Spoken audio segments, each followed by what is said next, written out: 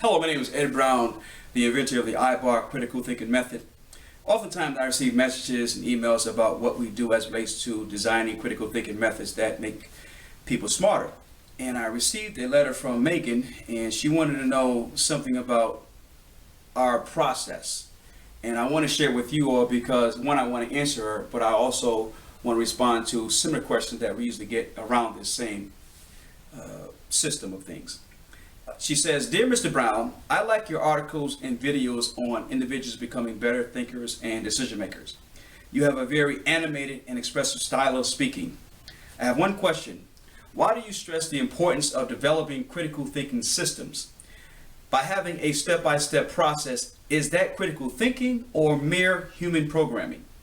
Also, what is your take on the new age of reason? Sincerely, Megan Appleby." I think I'm going to answer the second question first. The Age of Reason was a movement from 1600 to 1800 led by the likes of Francis Bacon and Rene Descartes. And essentially it was a way of getting away from superstition and using your logic and your reasoning and rationale to achieve success and to go about living life at the fullest. And so as I saw that moment in time compared to where we are today, I saw that we have moved so far into entertainment and sports that we no longer edify intellectualism.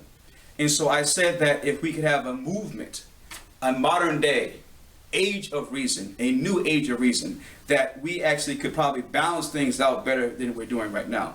That's the new age of reason that she's referring to.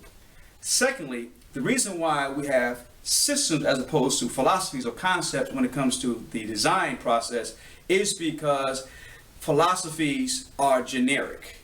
They don't give you the systematic smoothness of making a decision based on A plus B plus C equals D.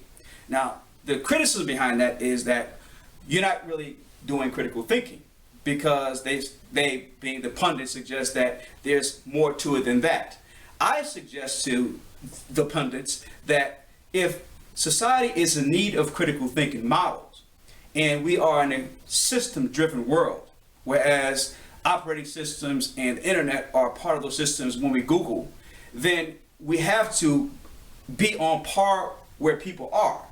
So the academicians can afford to sit back and be calm and cool and collected at their cocktail parties about how many PhDs they have or what school they went to or how many books they've written, so on and so forth. But the average person has to have the ability to think systematically by ways they can have a better life, move up in their corporation, and for those who want to go to college, be vetted in ways that they can actually compete.